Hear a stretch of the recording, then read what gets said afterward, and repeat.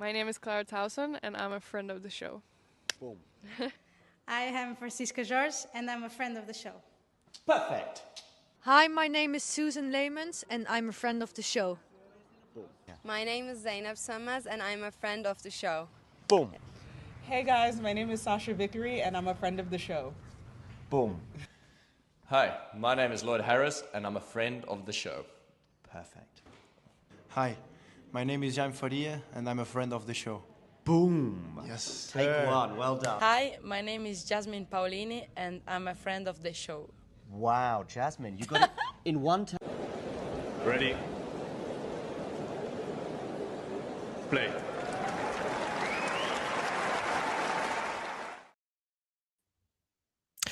Good afternoon, good evening, good morning, whatever time it is in the world, wherever you are tuning in from. It's a little bit of a special ATP Weekly this week as we update you on the tennis news from the previous 7 days on the ATP side of the tour. But also, the majority of this show will be looking forward to some people's one of the favorite weeks of the year as they look forward to Buenos Aires, Dallas, and Rotterdam. Of course, Buenos Aires is a 250. Dallas and Rotterdam are 500s. We'll get into that discussion later on. But first of all, let's begin with Felix Auger-Aliassime winning yet another title indoors in Montpellier. Seems to be a big thing for Felix in terms of being indoors. He loves it, and he did so again with a win over Mannarino, by the way. Maybe a little bit of a surprise to see Mannarino in a final again, but there we go. It's obviously helped Felix also improve his record against Mannarino to 2-1, and sees him creep back up the rankings to number 6 in the world, obviously after a very early exit in Australia. So could be a good moment for Felix this in the season. We'll also be looking forward to his upcoming matches. Another quick reflection as well on the Davis Cup events across all over the world, where we saw France beating Slovakia thanks to Rinderknech, largely to set up a clash with Canada in the next round. We also had Bulgaria and Belgium going head-to-head, with the Belgians prevailing in a last-moment match point. Belgium are back now in the Davis Cup qualifiers second round after defeating Bulgaria 3-0, and have largely to thank Sander Gilles and Jean Verlegen in the doubles match on Sunday for that comfortable win.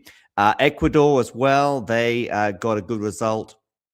Entered this week's, in fact, they ended this week's Davis Cup first round as the lowest ranked of all the 26 teams in action, and yet they departed with a reputation enhanced and guaranteed invitation to dine at the tennis's top table once more, at least once more this year. They beat Australia, 28 times champions, Australia no less.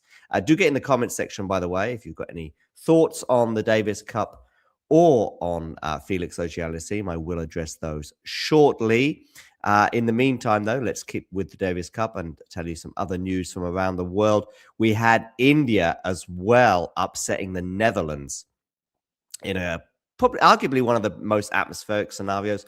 India obviously got the main point, and they beat the Dutch team's highest ranked player, Jesper de Jong, in the singles on Saturday, with college student Dakshineswar Suresh getting through the line 5-7, 6-1, 6-4 in that win over de Jong.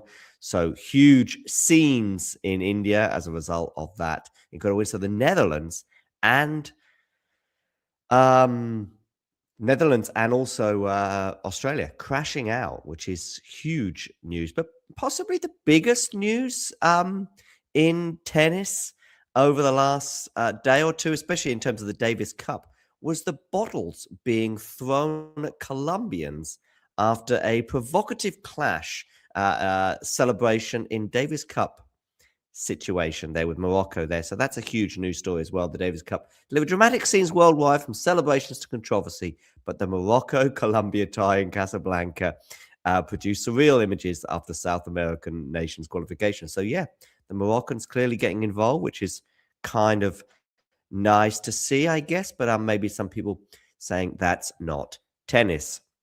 Okay, I wanted to get into the previews for the upcoming tournaments. We're going to begin in maybe one of my favorites, if not my favorite tournament on the tour, which is the Buenos Aires Argentina Open. I always get a little bit confused when it's situated in a city, but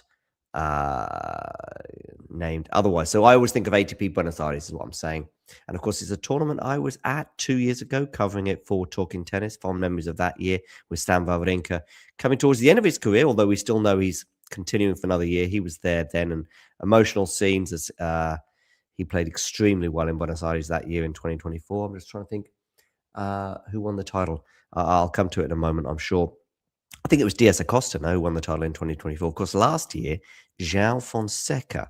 He, by the way, might be coming up against Diaz Acosta. Look at this stacked draw in terms of South Americans, by the way. I think I'm showing on the screen. Good. Yes, I am. Of course, you've got certain people with buys through to the next round. Fran Cerundolo and João Fonseca among them. Also, Sebastian Baez and Luciano Darderi as well. And yeah, but we've got Jamur in action, Hugo Delien, Alex Barrero against Kopchiva, Correa against Matteo Berrettini, by the way, is one of the ones that they've lured to Argentina. It's always a tricky one for the players in terms of not just location, because it's not too bad regarding the upcoming Sunshine Double, but in terms of do you want to switch from the hard courts and onto the clay? That is a decision that you have to take, and it's always a tricky one, in my opinion. But, of course, if you're a clay merchant, and I'm looking at you, Hugo Delien, maybe you're thinking that I need to get some points somewhere this season.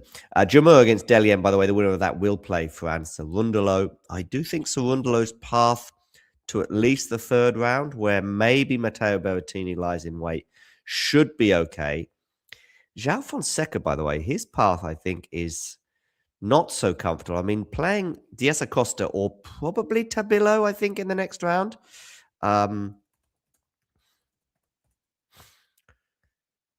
Is certainly one to consider. Yeah, Diaz Acosta, by the way, beating Nicolas Joui in the final in 2024, of course. Yeah, that was the match I was at. Really nice guy.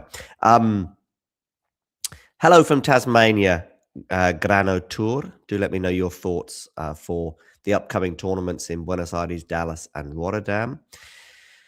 Yeah, so Berrettini perhaps lying in wait for Cerundolo, but a bit of tennis for Matteo, because, of course, his ranking has slipped, so he's not getting a bye to the next round. João Fonseca, yeah, that's tough. Whoever has to play with it. Of course, last year he was skittling over Argentinians like they were Maite, if you know that particular T. In the third round could be Estoril Star Pellegrino, but Estoril Star is in terms of the fact he got to the final, I think, Andrea, didn't he, of the Challenger there last year. Burashaga and Leslie Gere, I wouldn't have thought would propose such a huge task for João, but João against Fran Cerundolo in the semi-finals, yes, please. Okay, looking a little further down the draw, let's have a look at the bottom half. Carabelli, Comesaña, and an all-Argentinian clash that, to be honest with you, could go either way. Baez, of course, very much a clay king. And Baez, of course, having some improvements on the hard courts. Can he translate those improvements to the clay? Well, he doesn't need to improve much to be winning tournaments, bearing in mind this is very much his domain. Double winner, I think, in Rio over the last few years, winning the title there twice. I could have that one, but I think he certainly won it last year. Baez's path, by the way, in his homeland could see him come up against Busa or Passaro in the next round. Busa, of course, is a bit of a revelation at times last year, before a quarterfinal potentially for Baez against probably one of his compatriots in the form of Navoni, Comesaña, or Carabelli. I'm thinking Comesaña. That's what I'm thinking, in a diminutive clash there in the quarters. Semi-finals, we've got Daniel Altmaier in the main draw. Daniel Altmaier obviously having some really, really good runs on the clay over the years. And also, I think he has a Latin American coach, and I know he speaks Spanish. So maybe that was also part of his reasoning, as well as a chance to pick up some points. By the way, Buenos Aires, should it be an ATP 500? Probably, because of the absolute obsession that part of the world has with tennis. And I know the media room there is just packed, absolutely packed with. It's a huge week for Argentinian tennis and even South American tennis, given how so few tournaments on the main tour are. The problem is that they decided to go with Dallas to upgrade that to a 500. And I don't think you could have 3 500s in the same week. So they'd either have to shift a little bit their itinerary, or they would have to downgrade one of those. And I doubt that the Euro-American centric tennis authorities will be too keen on downgrading either Dallas or Rotterdam. How Dallas got upgraded to a 500 is beyond me. But anyway, the stadiums, of course, as always, will be absolutely packed in Buenos Aires. But I think probably the biggest concern that South America would have is just keeping these tournaments full stop, because of other parts of the world desperate to get in on the tennis pie. Okay, Luciano Darderi has a well-deserved bye-through to the next round, given his performances over the last 12 months. He will be playing Sejboch Vilch or Barrios Vera. Sejboch Vilch always disappoints. Honestly, I mean, he really should be getting some good results, and especially on the clay, and especially in Latin America. And yet he rarely has a good run, especially in Argentina. But I'm going to go for him to beat Vera and set up a Darderi clash. But that might be where the Brazilians' run ends. Altmaier against Manuel Cerundolo, of course, the brother of Fran. I think Altmaier should prevail there, and maybe set up a clash with Pedro Martinez in an all-European second-round clash before ultimately running into Darderi. Darderi's run, by the way, there might be a final for Mr. Darderi if he can come through Baez potentially or Comisania and overcome, of course, the Argentinian crowd, which is a huge thing, I think, for a lot of players. Only João Fonseca really has shown that he's up for that particular fight. And then, of course, this question is, can Fran Cerundolo deal with the pressure of playing in front of a home crowd? I think Cerundolo, by the way, played Fonseca last year, but just didn't seem to deal with the occasion. And João Fonseca obviously did. That was in the final, of course, 6-4, 7-6. I think Cerundolo was down a break on a few occasions in the second set before ultimately getting to a tiebreak and João prevailing. Who am I going for the title? I'm going to go for João not to defend his title, although he probably should. I think it's for me, it's between João, Fran, Baez. So we'll go for a semi-final lineup of João Fonseca against Fran Cerundolo, and we'll go with Baez to play Darderi. And I'm going to go for Darderi, Cerundolo final. And I'm going to go for Darderi to lift the title. How about that, ladies and gentlemen? Let me know in the comments below what you think of that wild, perhaps, prediction. All right, let's hop on a plane and head over to Dallas, where we have a lot of course, North Americans involved. Emilio Nava, curiously, is involved in Argentina, deciding to play there rather than in Dallas. We've got Pennington Jones coming through qualifying. So that's an interesting tale there. But let's look at the top part of the draw, where we've got Fritz against Giron, Nakashima Bellucci, Zheng Korda, and Atmani Tiafoe. Who do we think is prevailing from that little section? Zheng, of course, has got the wild card after some heroics down under. I think Nakashima should have too much for Bellucci. Fritz just depends on his health. If Fritz is healthy, then he should probably win this section. But I think there's still some doubts about Taylor and his health. So, do I back Sebi Korda? Do I back Sebi Korda to finally sort of back up some of my predictions?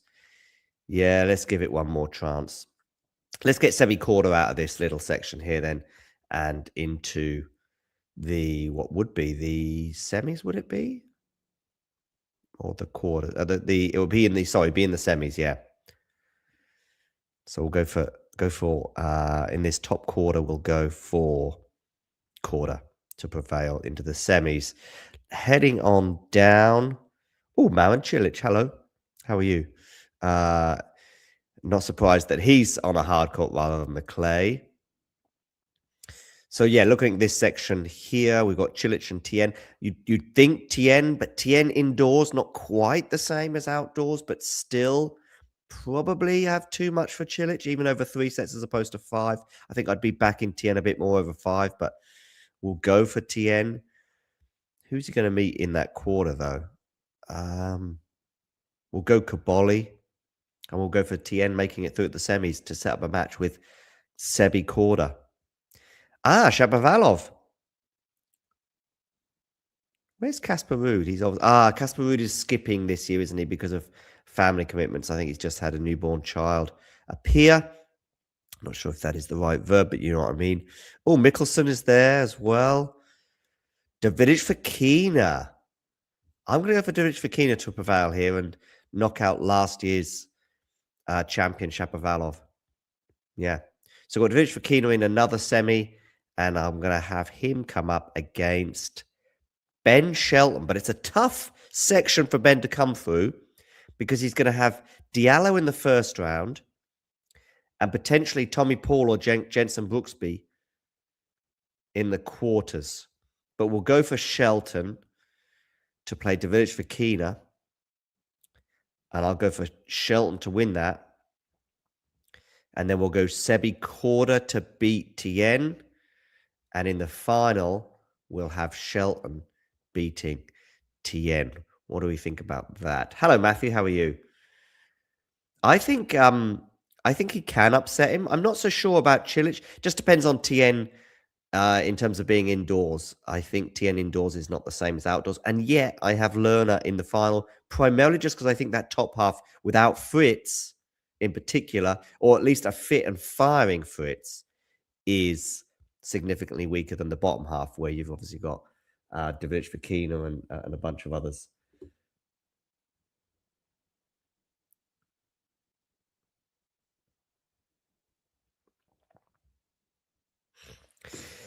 Okay, let's move on. I've gone for Shelton to win the title in Dallas, and I've gone for Darderi to take the title in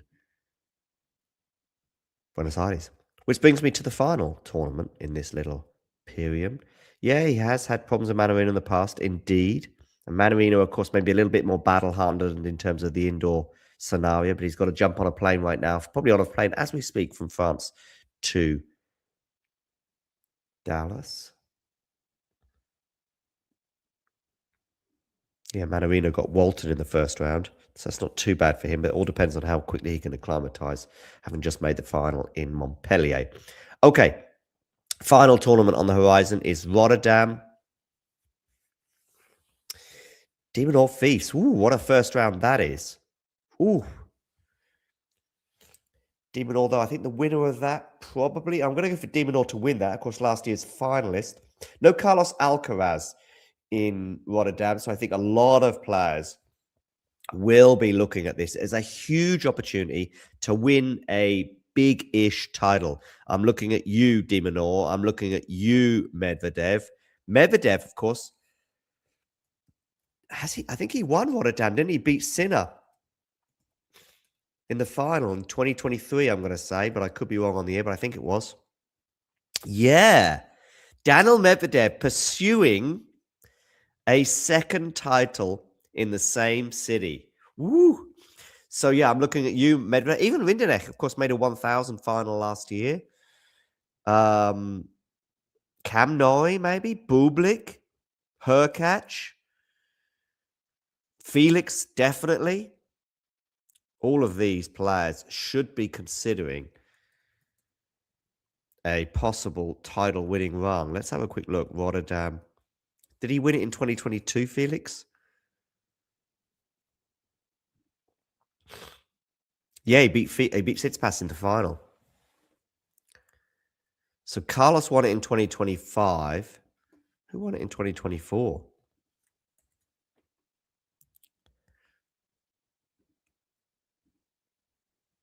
Yannick Sinner. Yeah, beat De Minaur in the final. Well, no Sinner, no Alcaraz. So, an opening, I think, for any of those players.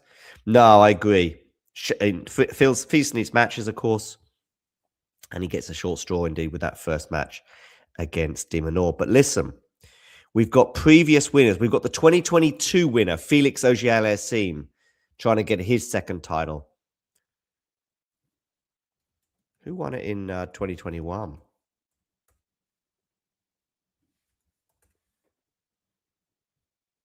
Oh, it was much later in the year. And it was won by Rublev in 2021. Where's Rublev right now? Is he injured? Because I don't see him playing any tournaments in the next 7 days or so. Get well soon if you are injured, Andre. But yeah, Felix won it in 2022 and Medvedev won it in 2023. We've also got the finalist from 2025 in Alex de Minaur. Of course, he was also the finalist in 2024. Yeah, so plenty of pedigree. Stan, who I mentioned earlier, of course, played Argentina in 2024, but this year he's playing indoors. I think he probably wants to stay in Europe as much as possible. And yeah, all right. Wawrinka beats Vukic. Let's give him one win, shall we, and set up a De Minaur clash. But I think De Minaur does emerge and possibly sets up a Tsitsipas. But I wouldn't be surprised if Tsitsipas loses to Rinderknech. We'll go for Tsitsipas De Minaur. What is their head-to-head? Tsitsipas De Minaur. Because I have a feeling it's quite intriguing. It's 11-1 in Stefanos' favour. But did De Minaur get that one win quite recently? Let's have a quick look. Yeah, he did. He did get it quite recently in Acapulco 2 years ago. But they didn't play each other at all last year. And that Acapulco was a 3-set. But they did play each other in Rome. But yeah, Rome, Tsitsipas makes more sense, I think. Did they play a lot on clay? No, it's quite a few hard court matches here. I mean, on grass, De Minaur would definitely be the favourite. I'm going to go for De Minaur. But yeah, it's not so. But the thing is, for De Minaur, he might have to play Tsitsipas because I think Rinderknech could easily beat him. All right, let's get back to the draw. So we're going to go for De Minaur against Tsitsipas in that quarterfinal, I think. And we'll go for, Medvedev Humbert. What a horrible first round that is for both players. Medvedev in particular was a seed, but boy, oh boy. Humbert indoors in Europe especially is a thing. Nice draw for Cam Norrie, I would say, though. Cam Norrie against Medvedev in the quarterfinals, to me, makes sense. Of course, it could be Humbert. I think Fucsovics will probably make it through to the next round as well. Anyway, scrolling down, let's go with Khachanov de Jong. Yeah, we'll go for Khachanov. De Jong, of course, in Davis Cup action recently, but did lose there. So not great moment for Jesper and the Netherlands in that respect. Had a rough weekend, of course, losing to India. Bublik or Hurkacz? I'm going to go for Bublik, like the guys did in the preview. Did check out our lengthy preview looking at Hurkacz against Bublik. We'll go for Grenier to knock out Struff. I think, is this going to be last year on tour for Struff? Could be. We'll go for Munar. Of course, last year he was in Dallas, but this year he's electing to play Rotterdam. Had a great run in Dallas, I think, to the semis last year. We'll go for Munar to get the win over the wild card Kier and set up a clash with Khachanov. We'll go for Khachanov to win that. And I'll go for Bublik, therefore, against Khachanov. So we've got Bublik, Khachanov. Keep up at the back. Can we remember all this? I've got Bublik, Khachanov. I've got Medvedev, Norrie. And I've got Tsitsipas, De Minaur. And then the final quarter, I mean, you can't look past Felix, can you? Felix against... Should we go on Petri Pedicard? Yeah. Felix against Petri Pedicard. And I'm going to go for Felix to make the semis and play Bublik. Felix against Bublik in one semi. And in the other semi, we'll go for De Minaur to beat Tsitsipas and Medvedev to beat Norrie. But Medvedev, De Minaur, what is their head-to-head? Now, that's an interesting one, I think, because I think de Minaur was doing well against Medvedev, even when Medvedev was really good. It's 8-4 in Medi's favour. Now, Medvedev won the first 4, but then de Minaur won the next 2. Okay, so it's been pretty nip and tuck, but the most recent occasion coming in Shanghai, and Medvedev won that. That's going to be a huge one. Medvedev or de Minaur to make the final against Felix or Bublik. I'm going to go for Felix over Bublik, by the way. Felix, of course, made the ATP 1000 in Paris Bercy final last year. Bublik fell, I think, at the semi-final stage. So, yeah, I'll go for that scenario there. Okay, and we'll go for Medvedev over de Minaur. There you go. So I've got Medvedev in the final against Felix. And we'll go for a Felix win, denying Medvedev once again the chance to win a title for the second time in the same city. Do let me know in the comments below what your thoughts are on the Davis Cup, maybe Felix's win in Montpellier, Mannarino, and potentially causing Ben Shelton a problem, but also my picks for the title. Fonseca to not retain his title in Buenos Aires. I've gone for Darderi. In Dallas, I've gone for Ben Shelton in what is a pretty stacked draw. And then in Rotterdam, I've got Felix beating Medvedev in the final. So do let me know what you think about those calls. We'll be back again with you in a week or so regarding ATP Weekly, but we'll be back again with you soon because we'll have loads and loads of watch-alongs, including the match between Valentova and Alex Ayala. We've got a watch-along for that coming up shortly. So we'll catch you all again very soon. But in the meantime, you know the drill. If you enjoyed this video, make sure you hit that like button. Don't forget to subscribe and click that notification bell so you don't miss out on all things tennis.